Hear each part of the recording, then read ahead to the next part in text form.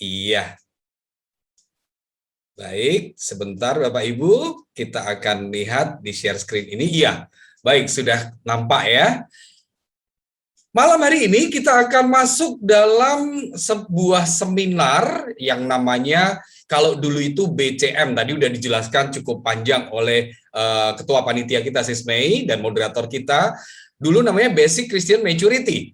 Tapi oleh BPN, Badan Pelayanan Nasional Pembaruan Karismatik Katolik Indonesia, itu sekarang diganti untuk di bahasa Indonesia kan menjadi DKK, Dasar Kedewasaan Kristiani. Dan ada bukunya semacam ini bagi Bapak Ibu yang ingin memiliki buku ini untuk nanti baca-baca kembali sesinya, boleh beli di toko buku Sekinah Semarang ada, nanti bisa pesan pada panitia. Oke.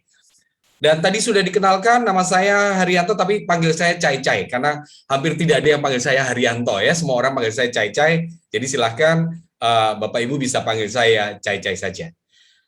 Saya akan mulai masuk pada sesinya, tapi sebelum kita masuk pada sesi Dasar Kedewasaan Kristiani, mungkin ada Bapak Ibu yang bertanya-tanya, apa itu Dasar Kedewasaan Kristiani? Saya akan mulai mundur sedikit dengan SHBDR harusnya ya, Seminar Hidup Baru dalam Roh. Sebenarnya kalau Bapak Ibu mengikuti sesi DKK ini, Dasar Kedewasaan Kristiani, seharusnya sudah pernah mengikuti Seminar Hidup Baru dalam Roh dan sudah pernah mengikuti Seminar Pertumbuhan. Kenapa? Karena ini adalah SHDR ini awal. Pada waktu SHDR, Bapak, Ibu, dan saudara-saudari diingatkan kembali bagaimana Allah mengasihi manusia karena kita berharga dan mulia di mata Allah. Tapi karena kita penuh dengan dosa, maka kita jatuh dalam kedosaan. Allah tetap mencintai kita dengan mengutus Yesus sebagai Allah Putra untuk menyelamatkan kita manusia. Tapi pada waktu Yesus naik ke surga, maka Allah karena mencintai kita luar biasa, dia tidak tinggalkan kita, dia utus Allah Roh Kudus untuk memperbarui hidup kita, Anda dan saya. Dan bagaimana perubahan hidup itu kita sudah dapatkan di dalam seminar atau retret hidup baru di dalam roh. Ya. Nah, kemudian setelah Anda mengikuti SHDR, seharusnya kita juga mengikuti retret pertumbuhan, di mana di retret ini kita diingatkan bahwa kalau kita sudah berkobar-kobar rohnya dalam SHDR tadi, kita perlu terus menjaga supaya api itu tetap. Maka kita perlu bertumbuh secara rohani, kita mengikuti retret pertumbuhan, kita diajarkan bagaimana kita mendapatkan sarana-sarana pertumbuhan rohani dengan doa, firman Tuhan, komunitas, kemudian pelayanan. Nah, setelah Anda bertumbuh di dalam iman, ternyata bahwa hidup zaman sekarang ini, hidup kita sehari-hari itu tidak lepas dari persoalan, dari tawaran-tawaran dunia yang kadang menyesatkan, dari kesulitan, dari tantangan, dan dari banyak hal. Maka tidak cukup sukacita roh yang kita dapat dari SHDR tadi untuk kita bawa dalam hidup kita sehari-hari. Supaya kita bisa menjaga iman kita, maka kita perlu memiliki iman Kristiani yang dewasa. Untuk itu, di dalam DKK ini, Anda akan diajak untuk berefleksi. Saya katakan berefleksi, karena selama hari ini sampai besok, ditambah nanti minggu depan 2 kali lagi, kita diajak untuk terus setiap hari. Jadi selama retret ini, Anda bukan hanya ikut sesi pengajaran hari ini dan besok, tapi setiap hari sampai tanggal 19, Anda akan melakukan refleksi. Karena dasar kedewasaan Kristiani bukan hanya sekedar pengajaran, tapi lebih banyak mengajak Anda berefleksi. Dan refleksinya ada 2 bagian. 2 bagian yaitu bagaimana menjadi orang Kristiani dewasa. Itu hari ini kita akan berbicara tentang mencintai Allah, dan nanti sesi kedua mencintai sesama. Besok sore kita akan bicara tentang bagaimana hidup Kristiani dewasa harus beriman dan hidup dalam bimbingan Allah. Lalu minggu depan kita akan masuk pada hambatan-hambatan, tantangan-tantangan yang terjadi dalam hidup nyata sekarang ini. Hidup nyata sekarang ini penuh dengan persoalan. Maka kita akan diajarkan tentang dunia. Apa itu dunia yang penuh dengan tawaran-tawaran yang kadang-kadang menyesatkan dan persekutuan Kristiani. Lalu sesi ke-6 kita juga diajak untuk melihat apa itu kedagingan dan bagaimana cara untuk mengatasi kedagingan. Sesi ke-7 perbuatan salah dan bagaimana memperbaiki kalau kita berbuat salah. Kita tidak menyebut sebagai dosa tapi perbuatan salah. Kemudian sesi terakhir adalah bahwa dunia ini dipenuhi dengan roh-roh jahat. Maka bagaimana kita bisa mengalahkan roh jahat itu dengan senjata rohani untuk melawan itu semua. Bapak, Ibu, dan saudara-saudari terkasih, kira-kira itu nanti yang akan Anda dapatkan selama mengikuti seminar dasar kedewasaan Kristiani ini. Jadi sungguh-sungguh kalau SHDR itu kita hanya diingatkan bagaimana Allah mencintai kita, itu bagaikan bayi itu disuapin. Tapi semakin kita dewasa, kita tidak lagi disuapi, tapi kita harus hidup mandiri, mengatasi segala persoalan. Dan caranya bagaimana? Dengan DKK ini. Baik, Bapak, Ibu, dan juga saudara-saudari, kita akan langsung masuk pada sesi yang pertama, yaitu mencintai Allah. Saya ingin sekali lagi mengulang hal penting bahwa pada waktu Anda mengikuti SHDR, Anda banyak sekali diberikan tentang bagaimana Allah mencintai manusia. Jadi, gambar ini dari atas menuju ke bawah. Semuanya idenya dari Allah mencintai kita. Semua kebaikannya dari Allah mencintai kita. Tapi semakin kita dewasa secara Kristiani, kita tidak lagi hanya satu arah dari atas ke bawah. Tapi sekarang kita dituntut untuk dari bawah ke atas. Bagaimana kita mencintai Allah. Bukan hanya menerima cinta Allah, tapi juga harus mencintai Allah. Dan mencintai Allah itu merupakan respon manusia atas cinta kasih Allah. Mungkin Bapak Ibu masih ingat saat-saat Anda pacaran ya. Saat pacar Anda menyatakan cintanya, maka dari pihak kita juga ada keinginan untuk membalas mencintai. Karena kalau tidak itu berarti cinta sebelah tangan. Cinta itu selalu harus timbal balik. Tidak bisa kita hanya minta Allah yang mencintai kita, tapi kita tidak membalas. Karena cinta itu selalu harus timbal balik dua arah, dari bawah ke atas, dari atas ke bawah. Demikian seperti orang pacaran, seperti suami istri, cinta harus timbal balik.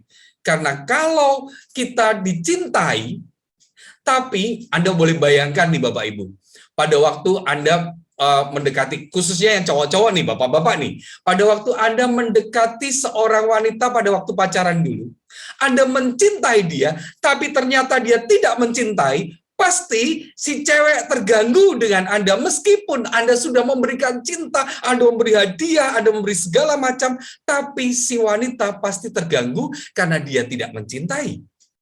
Betul? Demikian juga dengan relasi kita dengan Allah. Pada waktu Allah mencintai kita dan kita tidak mencintai Allah, maka ada sesuatu yang terganggu dari diri kita. Kita nggak suka dicintai oleh Allah, kita memberontak.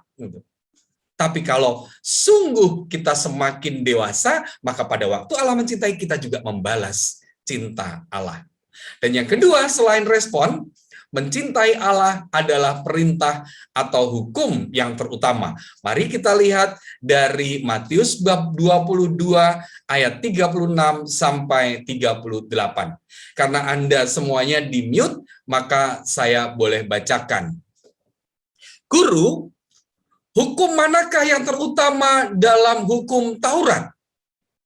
Jawab Yesus kepadanya, kasihilah Tuhan Allahmu dengan segenap hatimu, dan dengan segenap jiwamu, dan dengan segenap akal budimu. Itulah hukum yang terutama dan yang pertama. Artinya, hukum yang pertama kali yang diberikan Allah kepada Anda dan saya adalah kita harus mencintai Allah. Dengan segenap hati, dengan segenap jiwa, dan dengan segenap akal budi. Dan ini bukan hanya hukum yang pertama, tapi juga yang terutama. Jadi yang paling penting di antara semua hukum yang lainnya.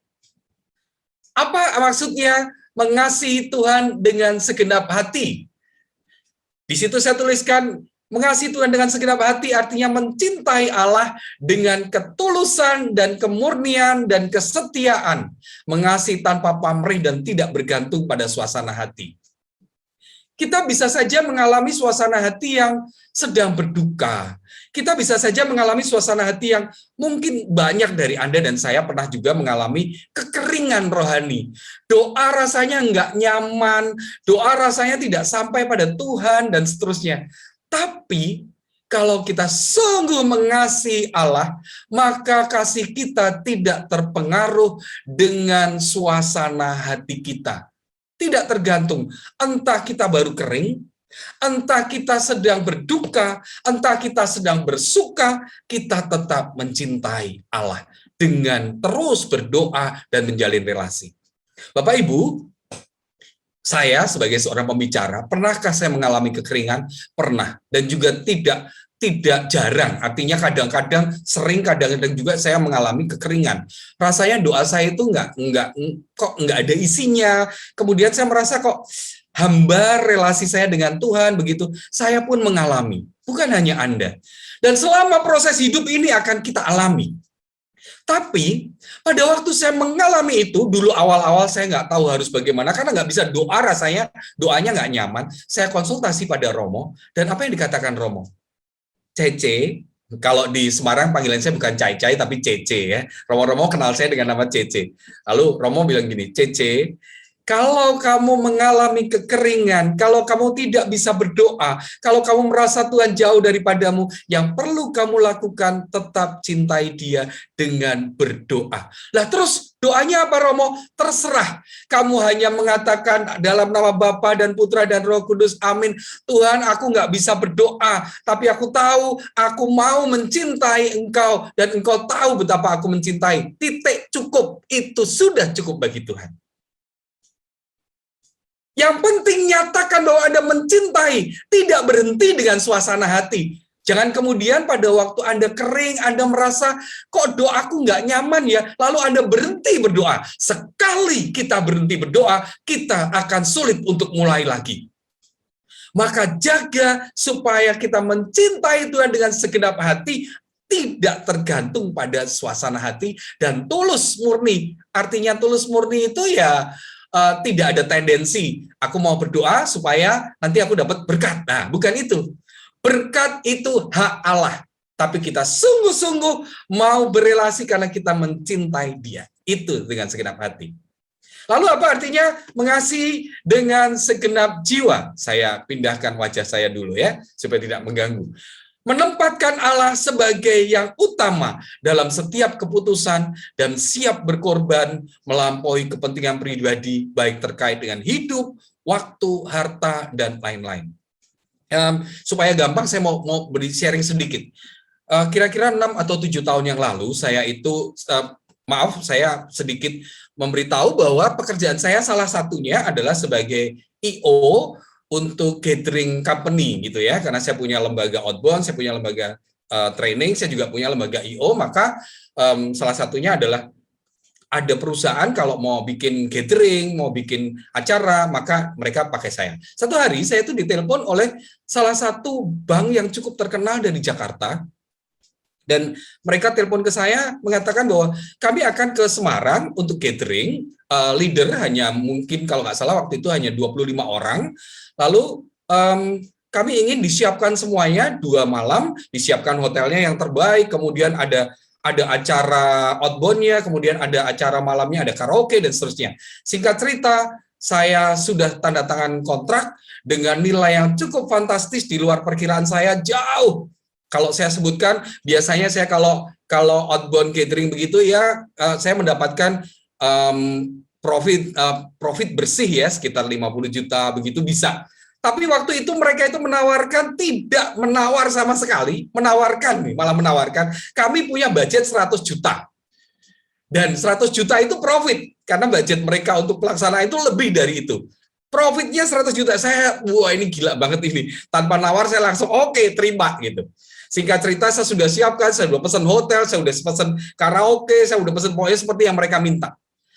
2 hari sebelum hari H, tiba-tiba panitia dari Jakarta telepon saya, Pak Cece, kami mau minta tolong, bisa nggak pada waktu malam pertama itu sesuai dengan jadwalnya kita akan karaoke, nanti setelah karaoke jam 10, peserta yang ibu-ibu, yang cewek-cewek itu diantar ke hotel. Oh bisa banget. Nah yang cowok-cowok kita mau tetap karaoke mungkin sampai jam 12, sampai jam 1 malam. Oh bisa, kami siapkan itu, kita booking lebih lama, bisa. Dengan dana yang ada itu saya cukup-cukup lah gitu. Tapi yang bikin saya kaget, tiba-tiba ketua panitia itu mengatakan, tapi kami ingin ada satu hiburan. Hiburan apa, Pak? Striptis. Wow! Di luar perkiraan saya. Saya kebingungan luar biasa. Saya mau bilang gimana ya gitu. Karena saya tahu ini salah buat saya. Saya sebagai seorang pembicara, saya seorang Kristiani, ini salah. Tapi 100 juta loh, eman-eman buang. Waktu itu saya galau. Saya cuma bilang begini, Pak, maaf, saya itu nggak punya kenalan kalau yang acara yang gitu-gitu. Oh, nggak apa-apa Pak Cece, saya sudah punya channel di Semarang. Pak Cece tinggal kontak dia, atur, nanti orang-orangnya datang. Langsung 5 orang cewek bisa striptis bersama. Pak Cece bisa nonton bareng kita. Mati saya. Gitu. Lalu saya mulai galau, betul. Dan singkat cerita, saya mulai ngobrol dengan istri saya, begitu telepon ditutup, kan dia handphone ya, telepon ditutup, saya ngomong dengan istri saya. Istri saya dengerin. Gimana, Mi? Istri saya jawabannya singkat sekali. Ya, terserah papi. Papi lebih tahu, kan papi pembicara. Mati saya, gitu. Dan saya bingung sekali, karena saya mau melepas 100 juta itu berat, Bapak Ibu. Tapi di sisi lain saya tahu ini tidak sesuai dengan iman saya. Saya harus mengasihi Tuhan bukan dengan hati saya, tapi dengan seluruh jiwa saya. Saya mau berkorban. Bisa nggak? Wow, berat sekali. Saya tidur dan berdoa, Tuhan, kalau besok pagi saya bangun dan ternyata dia membatalkan striptis, berarti ini kehendak-Mu. Tapi kalau tidak, jangan Tuhan, tetap harus ini kehendak-Mu. Saya memaksa. Dan apa yang terjadi besok paginya, saya bangun dengan kegalauan, dan akhirnya saya doa dan saya mohon petunjuk Tuhan, apa yang harus saya lakukan. Ternyata saya berdoa, Tuhan tidak jawab. Maka saya harus memutuskan dengan akal budi saya. Mengasihi Tuhan dengan segenap akal budi. Artinya apa? Mencoba mengetahui apa kehendak Tuhan. Bagaimana cara Tuhan memandang. Bagaimana kita bisa berpasrah dan taat. Dan waktu itu saya menggunakan akal budi saya seturut dengan kehendak Tuhan. Saya telepon, maaf Pak, saya tidak bisa melayani kalau ada itu. Dan apa yang dikatakan, oke, kalau Pak Cece tidak bisa melayani ini, maka kontrak batal saya pindahkan ke IO lain. Saya sudah bayar semua hotel loh Pak, dan seterusnya. Saya tidak peduli, karena ini satu paket, kalau Anda mau lakukan, kalau enggak selesai. Singkat cerita, saya rugi. Tapi saya bahagia Bapak Ibu, karena saya bisa mencintai Allah dengan segenap hati, dengan segenap jiwa meskipun saya berkorban, dan dengan segenap akal budi seturut dengan pandangan dan kehendak Allah. Itu yang dimaksud dengan mencintai Allah. Maka pertanyaannya adalah, seringkali kita mudah untuk mencintai Allah dengan segenap hati, dengan segenap jiwa, akal budi, kalau hidup kita itu aman.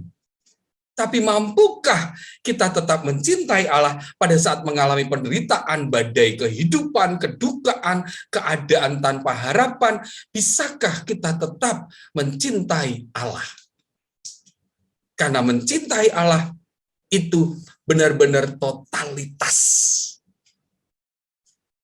Bapak Ibu, kalau tadi dikatakan bahwa mencintai Allah adalah hukum yang pertama dan terutama, saya mau tanyakan pada Bapak Ibu, betulkah mencintai Allah itu hanya sekedar hukum? Saya mau kasih ilustrasi begini. Bapak Ibu, khususnya ibu-ibu, kalau tadi sudah bapak-bapak, sekarang ibu-ibu nih. Pernahkah Anda menginginkan hadiah emas atau berlian dari suami Anda? Boleh kasih jempol, ibu-ibu. Saya mau lihat dulu sebentar. Seberapa banyak yang kepingin punya emas atau berlian? Oh, ternyata banyak ya kasih jempol ya, luar biasa. Iya, ibu-ibu mana sih yang nggak mau dikasih emas atau berlian? Tapi pertanyaannya, pada waktu Anda menginginkan emas atau berlian ini, nggak usah emas berlian lah ya, menginginkan misalnya dibelikan gaun baru atau sesuatu yang Anda inginkan, misalnya microwave baru gitu, aduh udah pingin banget gitu, dan Anda minta pada suami Anda, secara aturan, secara kewajiban, suami Anda harus memberikan kepada Anda apa yang Anda butuhkan. Itu aturannya. Tapi pertanyaannya, pada waktu suami Anda tidak memberi, apakah kemudian Anda menjadi membenci? Apakah kemudian Anda berniat untuk meninggalkan suami Anda? Katakanlah yang lebih mudah lah. Harusnya secara aturan dan kewajiban, suami Anda harus memberi uang saku, uang belanja kepada Anda, ibu-ibu. Betul ya? Kasih jempol kalau betul, oke? Tapi pada waktu suami Anda sakit dan tidak bisa memberikan uang itu, apakah Anda berniat untuk menceraikan, meninggalkan suami Anda? Saya yakin tidak. Kenapa? Karena Anda mencintai. Maka mencintai Allah bukan sekedar hukum, bukan sekedar peraturan, tapi ada, ini saya tuliskan di sini, ada relasi pribadi yang intim dengan Allah. Dan karena relasi kita ini pribadi yang sangat intim, maka ada komitmen untuk mengasihi dengan sepenuh hati. Dan dalam komitmen itu tentu ada kesetiaan, dan kesetiaan itu bukan hanya berdasarkan pada perasaan, kewajiban, peraturan, disiplin, bukan itu, tapi karena cinta. Cinta yang sungguh-sungguh, ada relasi yang intim tadi. Maka nggak penting, meskipun di dalam kitab suci hari ini dikatakan Anda tidak perlu mencintai Allah, kitab suci mengatakan misalnya. Tapi kalau kita sungguh merasakan kasih Allah yang begitu luar biasa, dan kita mau merespon dan membalas, maka kita tetap akan mencintai Dia. Maka meskipun di awal tadi saya katakan, ini adalah hukum yang pertama dan terutama, saya tidak mengatakan mencintai Allah adalah hukum. Karena mencintai Allah bukan soal peraturan, bukan soal kewajiban, bukan soal disiplin. Maka jangan bertanya, karena kita sudah dewasa secara Kristiani, jangan bertanya, kalau nanti hari Minggu saya baru ada mantu, lalu saya nggak ke gereja, dosa atau enggak ya? Nggak perlu bertanya. Karena kalau Anda mencintai, Anda tahu jawabannya. Paham maksud saya Bapak Ibu ya? Maka cinta bukan soal aturan. Apapun yang Anda perbuat, perbuatlah dengan segenap hati seperti untuk Tuhan dan bukan untuk manusia. Seperti Anda sungguh-sungguh mencintai. Karena mencintai Allah adalah kesadaran bahwa kita sudah dikasihi Allah terlebih dahulu. Bapak Ibu, Mother Teresa dalam bukunya Come Be My Light yang dicetak tahun 2009, ya, itu berisi kumpulan surat-surat kepada relasi Mother Teresa.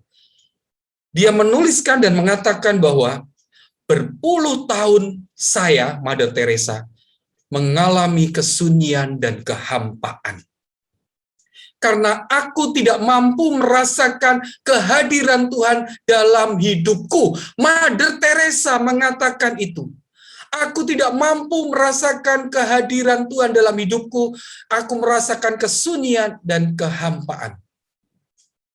Tapi karena dia mencintai Allah, lihat, dia tetap berkomitmen untuk melayani Tuhan dan sesama, untuk mencintai Tuhan dan sesama. Setiap hari Mother Teresa tetap berdoa, tetap baca kitab suci, tetap ekaristi, dan setiap hari dia tetap mencintai sesamanya, menolong sesamanya. Itulah mencintai Allah. Bukan karena hukum, bukan karena perasaan. Karena perasaan Mother Teresa ternyata merasakan kesunyian dan kehampaan, tapi dia setia. Bukan soal kewajiban, bukan soal ketaatan yang kaku, tapi karena dia cinta. Itu yang diharapkan oleh Allah dari kita. Maka Mencintai Allah adalah kehendak bebas. Anda boleh menjawab cinta Allah, Anda juga boleh menolak. Allah tidak pernah memaksa Anda dan saya untuk membalas cintanya. Tapi kalau dia sudah memberikan yang terbaik semuanya buat kita, maka seperti pasangan suami istri, seperti orang yang berpacaran, kalau seseorang sudah mencintai dan kemudian ada rasa cinta, kita juga akan membalas. Dan tujuan utama kita mencintai Allah bukan untuk kepentingan Allah, bukan untuk kebahagiaan Allah, bukan untuk segala macam, untuk Allah, enggak. Tapi kenapa kita mencintai Allah? Untuk kebahagiaan kita sendiri. Seperti contoh paling gampang, kalau saya mencintai istri saya bisa memberikan yang terbaik, saya bisa kalau malam itu mau tidur, saya cium istri saya, itu yang terima ciuman istri saya, yang bahagia saya loh. Betul ya Bapak Ibu ya? Apakah Anda merasa begitu? Boleh kasih jempol saya supaya lihat. Betul ya? Kalau saya mencintai istri saya, sekedar mencium keningnya sebelum tidur, itu yang bahagia bukan cuma dia, saya bahagia loh. Gitu. Maka, kalau saya mencintai Allah, itu yang pertama-tama bukan supaya Allah bahagia, Allah udah bahagia. Kita nggak membalas cintanya pun, dia tetap mencintai kita kok. Kalaupun kita tidak mencintai Allah, sekali lagi, dia tetap mencintai kita dan dia tetap bahagia. Maka yang penting pada waktu kita mencintai Allah adalah kebahagiaan kita sendiri. Menikmati kasih-Nya yang luar biasa dan boleh membalas. Itu mencintai Allah. Nah, setelah kita tahu pengertiannya, kenapa kita harus mencintai Allah, maka saya mau tunjukkan pada Anda, ada hambatan-hambatan dalam mencintai Allah. Yang pertama, hambatannya adalah mencintai Allah demi kepentingan diri sendiri.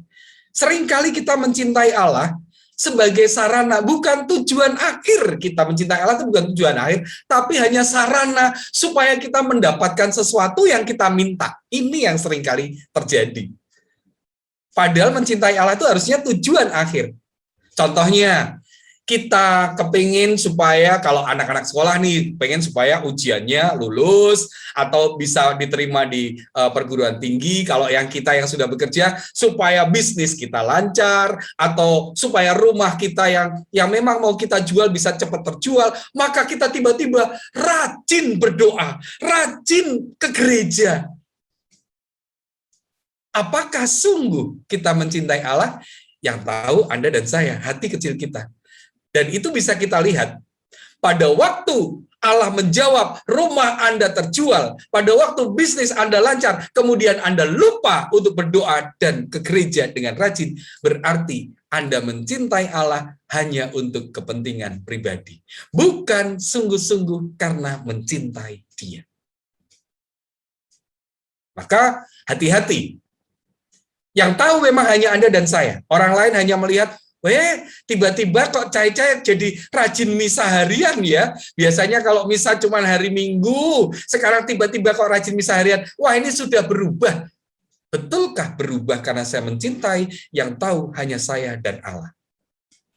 Karena pada waktu saya pergi ke gereja hanya supaya apa yang saya inginkan terjadi, maka itu bukan sungguh-sungguh mencintai, tapi mencintai Allah demi kepentingan pribadi. Hambatan yang kedua adalah, Hambatan yang kedua adalah mencintai Allah untuk pemenuhan diri. Seringkali ada orang-orang yang rajin pelayanan, rajin ibadah, rajin berdoa. Tapi ini semua kita lakukan bukan karena kita sungguh-sungguh rindu untuk berjumpa dengan Allah, sungguh-sungguh karena kita mau mewujudkan cinta kita pada Allah, tapi ada beberapa hal. Yang pertama, supaya kita dilihat orang, wow, Cai-Cai ini rajin banget ya, hidup pelayanannya luar biasa. Wah, aku acungi jempol memang hidupnya Cai-Cai ini. Kalau itu yang terjadi, berarti saya tidak sungguh-sungguh mencintai Allah, tapi hanya untuk pemenuhan diri. Karena saya mengharapkan supaya kalau saya bisa ngajar seperti ini, orang-orang bilang, wih, Cai-Cai hebat banget, ngajarnya pinter.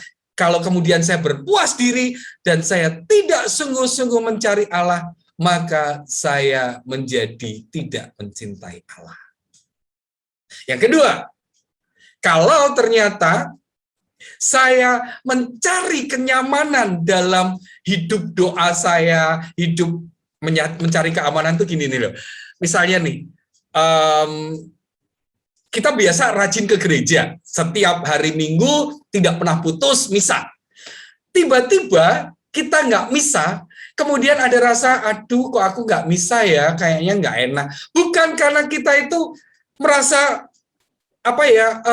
aku kok belum berjumpa dengan Allah ya. Aku tadi nggak misa, nggak apa-apa deh, tapi aku mau ganti dengan rosario, bukan rosario, tapi dengan doa, praise and worship sampai 1 jam supaya aku menjalin relasi. Itu betul. Tapi kalau kemudian kita hanya berpikir, aduh aku tadi nggak misa ya, kayaknya aku jadi berdosa deh, gimana ya, tapi tadi aku sibuk, dan kita tidak melakukan apa-apa, hanya untuk kepuasan kita misa itu salah. Paham maksud saya Bapak Ibu ya? Jadi kita melakukan ibadah kita melakukan pelayanan kita, itu bukan hanya sekedar melakukan tugas kewajiban, tapi karena sungguh mau wujudkan cinta kita pada Allah. Jadi bukan memenuhi kepuasan pribadi kita. Misalnya nih, contoh paling gampang, dalam kepanitiaan ini misalnya. Panitia, karena kita mau melayani, maka kita membuat standar yang luar biasa perfect. Semua kita tuntut sempurna. Semua panitia harus mengikuti aturan saya, karena saya sebagai ketua panitia, semua harus mengikuti saya sampai sebagus, sedetail mungkin. Saya tidak menerima yang kesalahan kecil-kecil apapun. Dan kalau ada kesalahan kecil, maka saya mulai marah, saya mulai kecewa. Padahal ini pelayanan gitu. Ini pelayanan yang tidak mencintai Allah. Saya tidak mengatakan bahwa perfect itu salah, enggak ya. Maksud saya bukan itu. Tapi kalau kemudian dalam pelayanan itu kita tidak menemukan sukacita, kita hanya mencari kepuasan diri supaya semuanya perfect, itu salah. Itu mencintai diri sendiri, bukan mencintai Allah. Karena mencintai Allah, kita juga bisa menerima kelemahan orang lain. Kita bisa menerima, oh dalam kepanitiaan ini mungkin ada orang yang nggak bisa begini. Oke, nggak apa-apa. Yang penting semua berjalan. Oh, pesertanya ternyata disuruh masang rename, ternyata nggak bisa. Kalau Anda kemudian marah, Anda belum melayani dengan sungguh-sungguh. Anda belum mencintai Allah, tapi Anda hanya memenuhi kepuasan. Kok pesertaku tak beritahu nggak bisa ya? Nggak apa-apa. Yang paling penting, pesertaku hidupnya berubah. Anda sukacita, peserta sukacita, Allah sukacita. Jadi, bukan untuk pemenuhan diri, tapi karena sungguh kita mewujudkan, aku mencintai Allah, maka aku bisa menerima kelemahan, aku bisa menerima kekurangan, aku bisa menerima apapun, supaya aku tetap sukacita. Bukan untuk kepuasan diriku sendiri, tapi untuk menyenangkan hati Allah, karena aku mau membalas kasih Allah.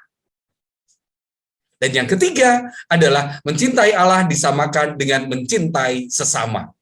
Seringkali kita mengatakan bahwa kalau kita sudah melakukan pelayanan, kegiatan sosial, itu sudah melakukan mencintai Allah.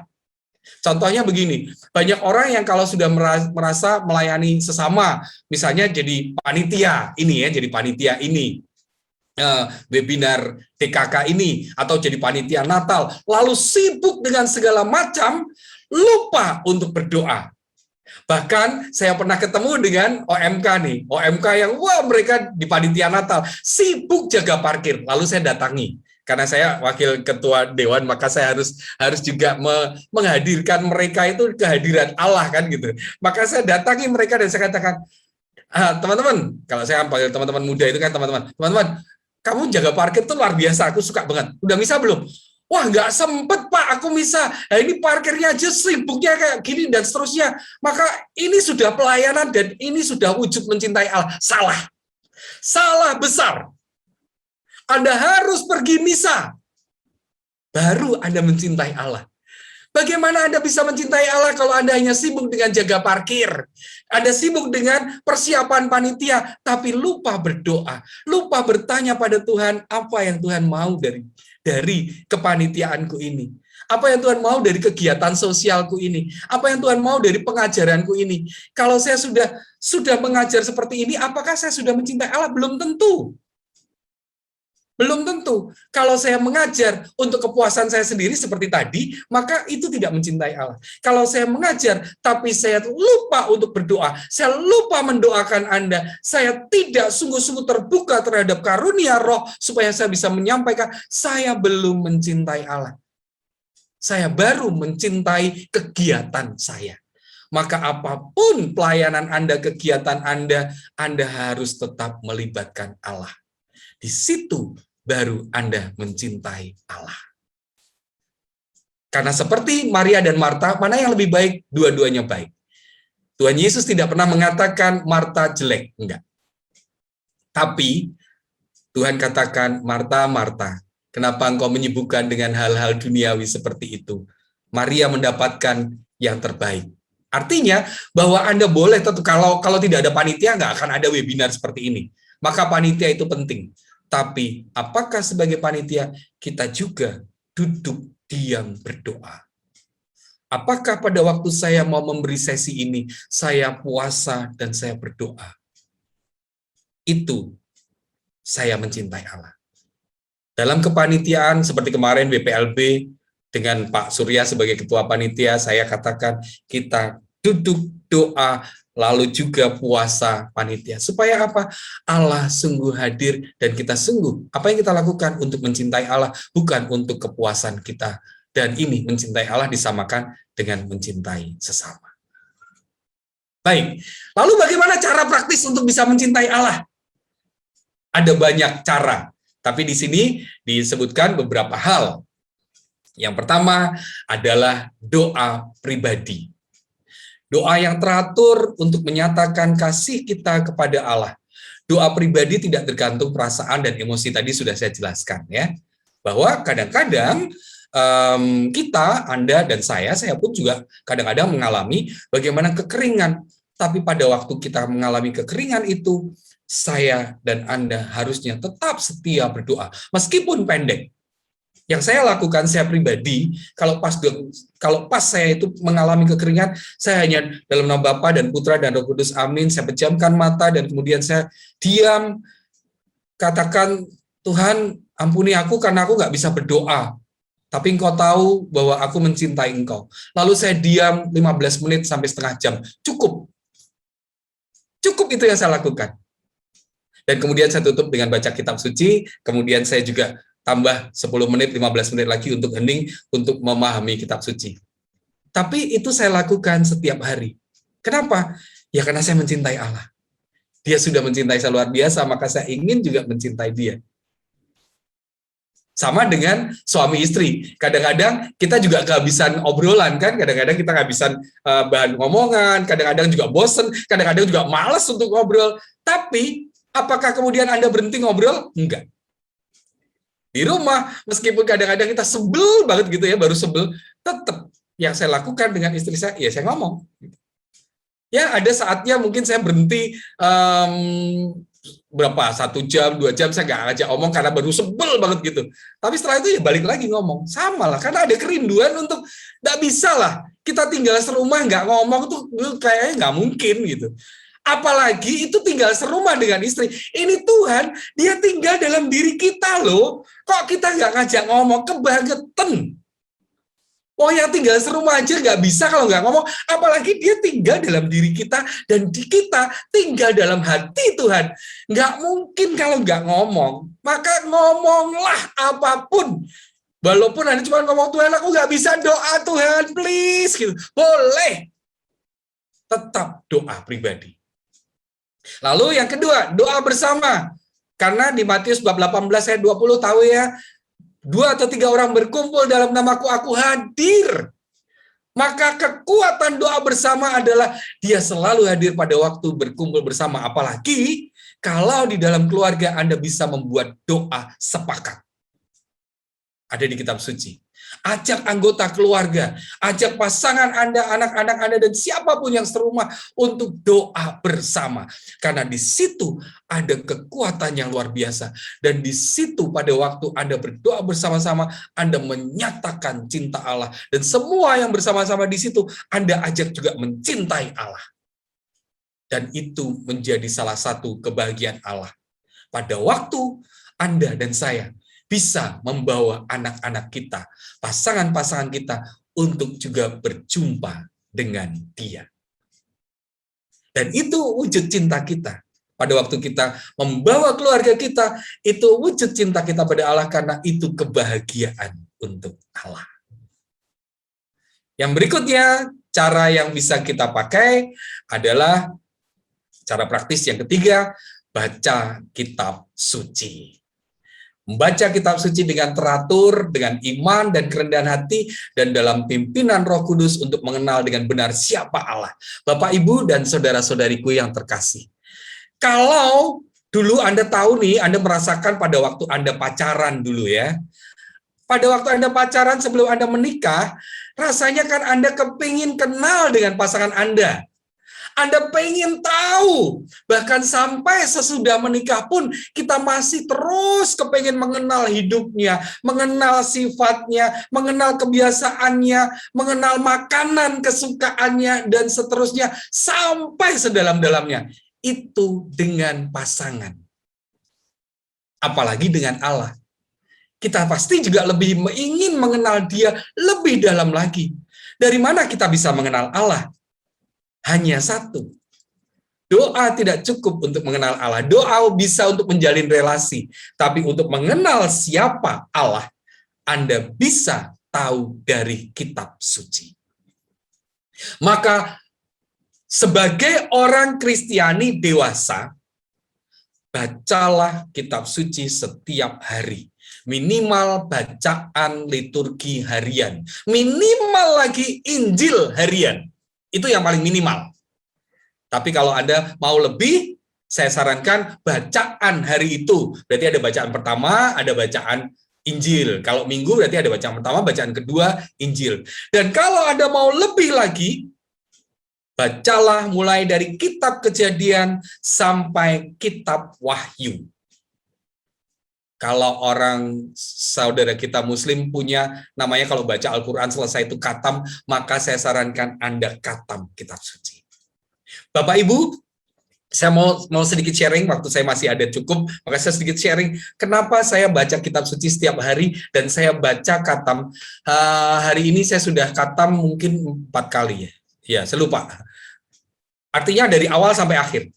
Tapi dalam waktu 4 kali saya baca, saya mendapatkan sesuatu yang selalu berbeda. Aneh ya? Bacaannya sama. Tapi pada waktu membaca mendapatkan sesuatu berbeda. Apa yang saya baca dari dulu yang pertama, dengan dulu yang kedua, dengan yang ketiga, dengan yang keempat, bulan ini harusnya saya mulai lagi dengan teman-teman PDKK saya, yang kelima kita akan mulai lagi.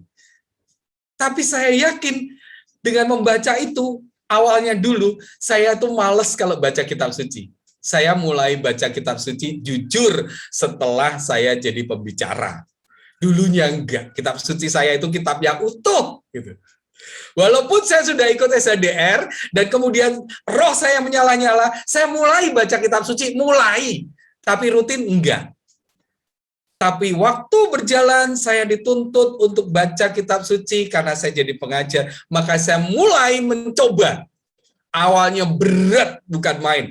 Apalagi kalau sudah sampai kitab ulangan, kitab apa itu bacaan-bacaan yang susah dimengerti, bilangan, susah dimengerti.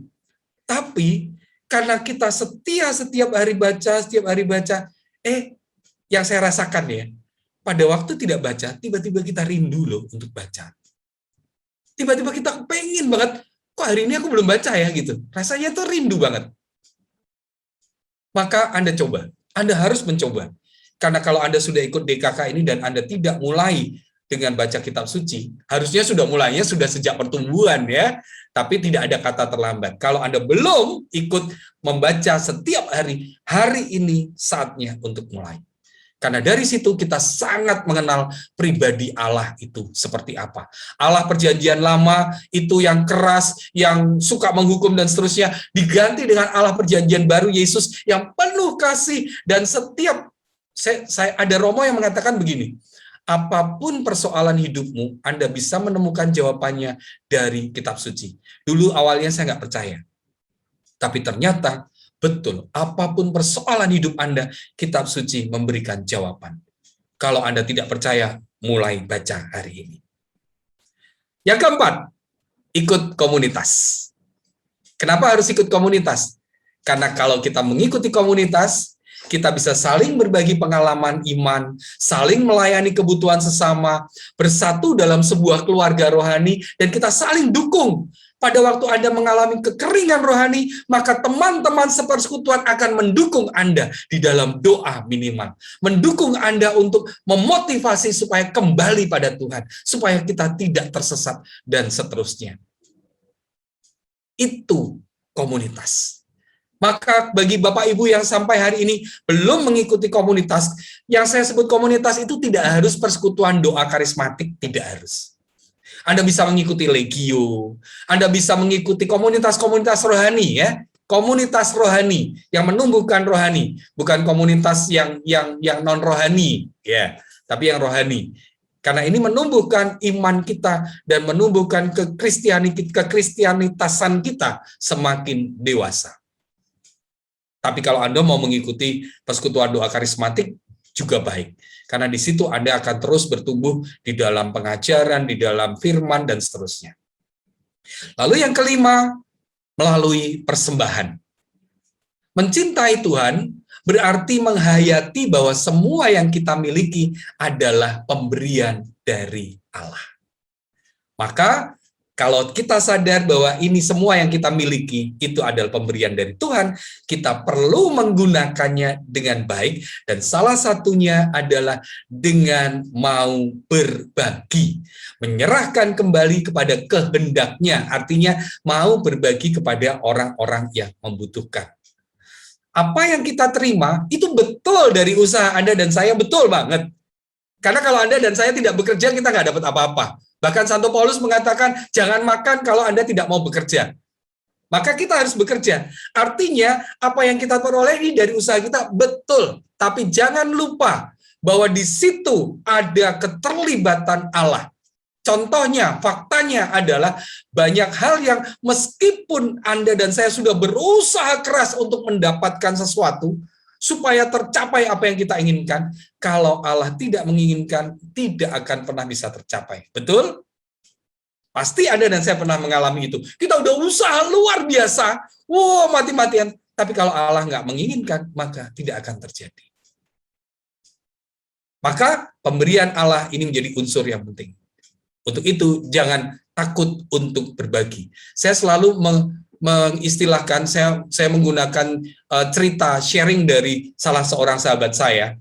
Sharing sahabat saya ini saya tidak sebutkan namanya, dia selalu kalau sharing dengan saya dulu itu selalu mengatakan begini, dia orang kaya dan dia suka banget berbagi, bahkan kalau berbagi itu kadang-kadang menurut saya agak berlebih gitu ya, gampang banget begitu.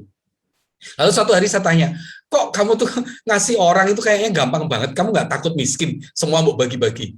Lalu dia cuma cerita begini, kok cai-cai, hidup itu seperti keran air bak tandon. Kamu tahu bak tandon kan, kok cai-cai? Kalau bak tandon itu diisi air dari atas, setruman itu ya, nyetrum, itu kan berarti diisi air, itu kalau kerannya nggak dibuka, maka suatu saat dia akan penuh, dan kalau penuh, maka air yang mengalir ke bak tandon itu akan berhenti. Tapi coba kamu bayangkan, Cai, kalau keranmu itu buka, dia akan ngucur terus, maka air itu yang dari atas terus ngalir, yang di sini juga ngalir kemana-mana. Persoalannya kalau keranmu cuma satu, kecepatan yang dari atas dan yang keluar dari bawah itu nggak seimbang. Maka yang perlu kamu lakukan adalah kalau dari atas itu diberi air banyak, yang perlu kamu buat adalah pasang keran sebanyak-banyaknya. Buka semua kerannya supaya mengalir kemana-mana. Berkatmu akan semakin banyak dan berkat itu semakin banyak juga dialami oleh orang. Dan itu cara mencintai Allah. Jadilah hidup seperti bak tandon.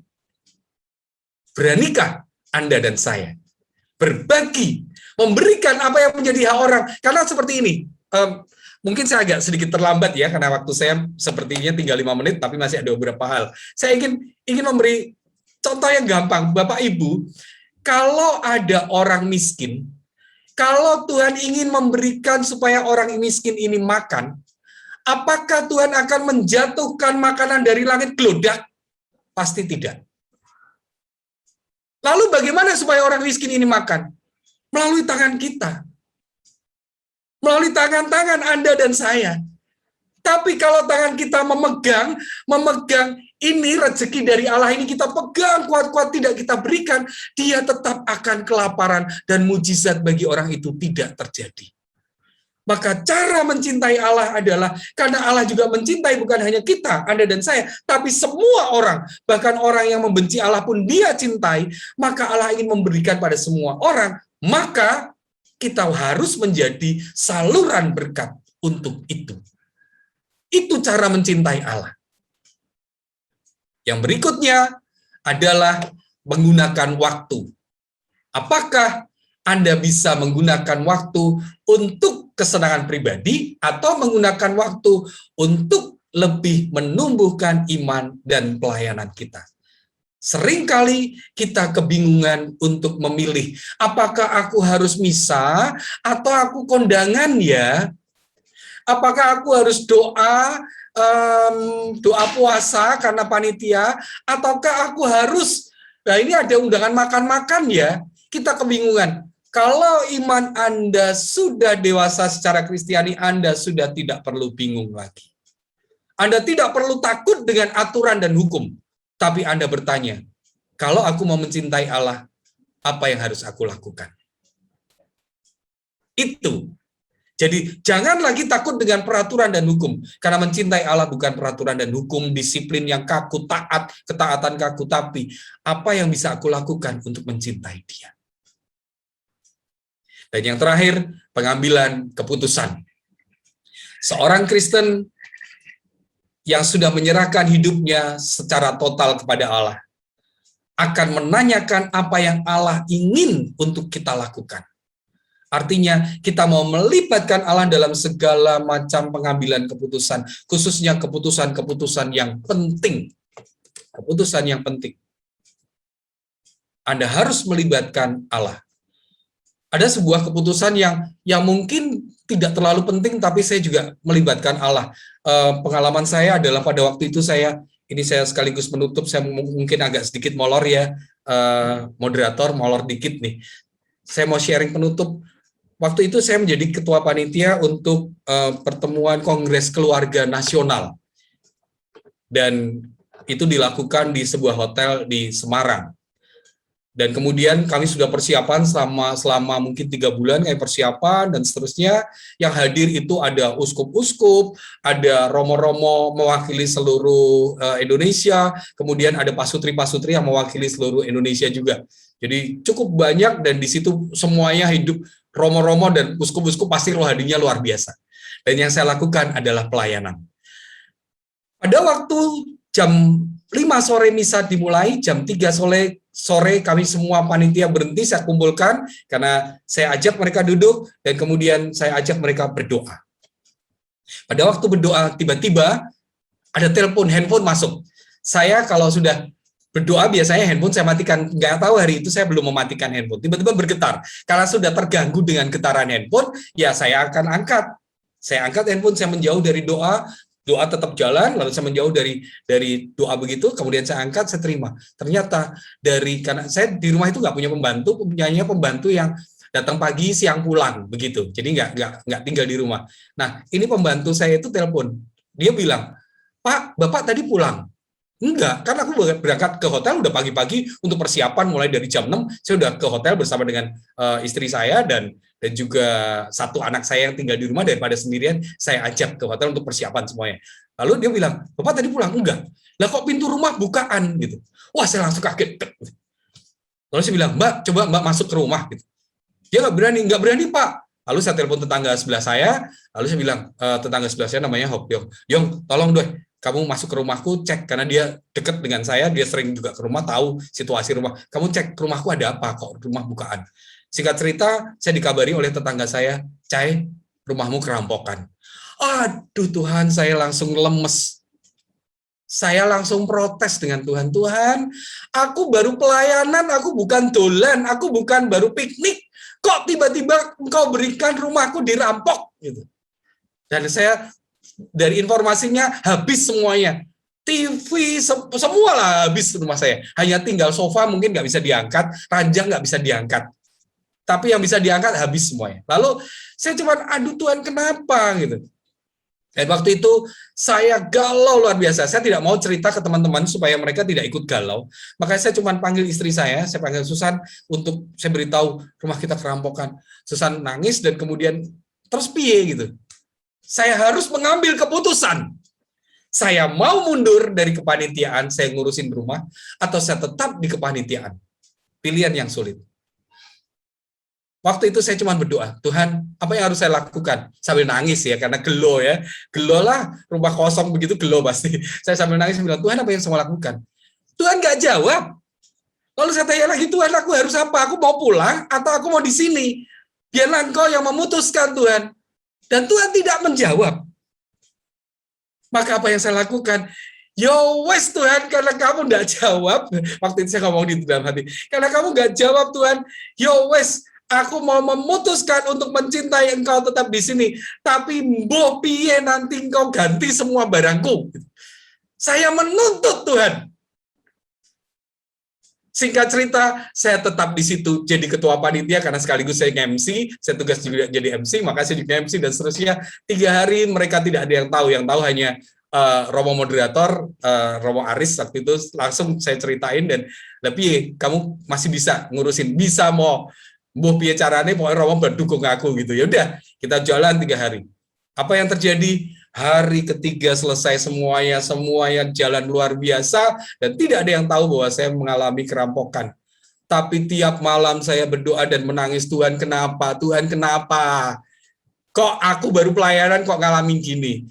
Hari malam terakhir, jadi hari kedua malam, waktu adorasi, saya kembali bertanya, Tuhan kenapa? Aku baru pelayanan kok kamu ambil semua barang-barangku, padahal aku kumpulin ini nggak gampang gitu. Dan tiba-tiba Tuhan jawab. Tuhan jawab seperti apa? Cai, kamu sudah punya aku yang jauh lebih berharga daripada semua hartamu. Aduh, saya nangis. Dan saya katakan, Tuhan aku mencintaimu sungguh. Aku nggak peduli dengan hartamu. Dengan hartaku, sorry. Dengan hartaku, aku nggak peduli. Aku lebih senang mencintai engkau. Maka apapun yang terjadi, keputusan yang kuambil sudah benar. Apa yang terjadi? Begitu saya pulang dari kepanitiaan, tiba-tiba malam hari itu teman-teman panitia datang bawa satu televisi. Besok paginya tiba-tiba teman saya yang tidak tahu ceritanya, entah dia tahu dari mana, dia bilang, Cai, aku kirim 1 televisi. Saya hilang 3 televisi, saya mendapatkan 4 ganti televisi. Baru, dengan merek yang sama persis televisi yang hilang masing-masing. Luar biasa. Saya kehilangan LCD proyektor untuk saya ngajar, saya dapat LCD proyektor. Saya kehilangan macam-macam dan Tuhan gantikan dalam waktu 1 bulan. Semuanya kembali, plus bonus-bonusnya. Saya tidak berharap, saya juga tidak mengatakan bahwa kalau Anda mencintai Tuhan, Anda akan mendapatkan seperti saya. Itu hak Tuhan. Tapi saya waktu itu mengatakan, Tuhan aku mau mencintaimu. Pada waktu saya mencintai Tuhan, Tuhan membalas cinta Anda dan saya. Waktu saya sudah habis. Maka, satu hal, bahwa ternyata sebagai manusia kita tidak cukup menggunakan kekuatan kita untuk mencintai Allah. Kita butuh Roh Kudus dalam mencintai Allah. Kita perlu melibatkan Roh Kudus seperti yang sudah Anda terima dalam SADR. Anda boleh gunakan dia sekuat-kuatnya, seutuh-utuhnya untuk supaya bisa mencintai Allah dengan sepenuh hati. Kesimpulannya adalah mencintai Allah adalah proses seumur hidup. Nggak akan berhenti dalam DKK ini saja, nggak bisa. Tapi seumur hidup sampai mati, kita terus berproses jatuh bangun mencintai Allah. Kuncinya kesadaran bahwa Dia sudah mengasihi kita lebih dahulu. Maka kita mau juga mencintai Dia, supaya ada timbal balik. Dan Roh Kudus membantu kita untuk dapat mencintai Allah. Nanti setelah sesi kedua ada sharing kelompok. Silakan sekarang ini kalau Bapak Ibu bisa difoto dulu, karena ini nanti di-sharingkan setelah sesi kedua, bukan setelah ini. Silakan difoto dulu. Anda nanti di dalam breakout room diminta untuk membagikan pengalaman iman yang Anda alami saat Anda berusaha untuk lebih mencintai Allah. Hal positif apa yang Anda peroleh, kesulitan apa yang sering menghambat, dan tindakan apa yang sudah pernah Anda lakukan untuk mengatasi hambatan tersebut. Terima kasih, Tuhan memberkati. Maaf terlambat sedikit.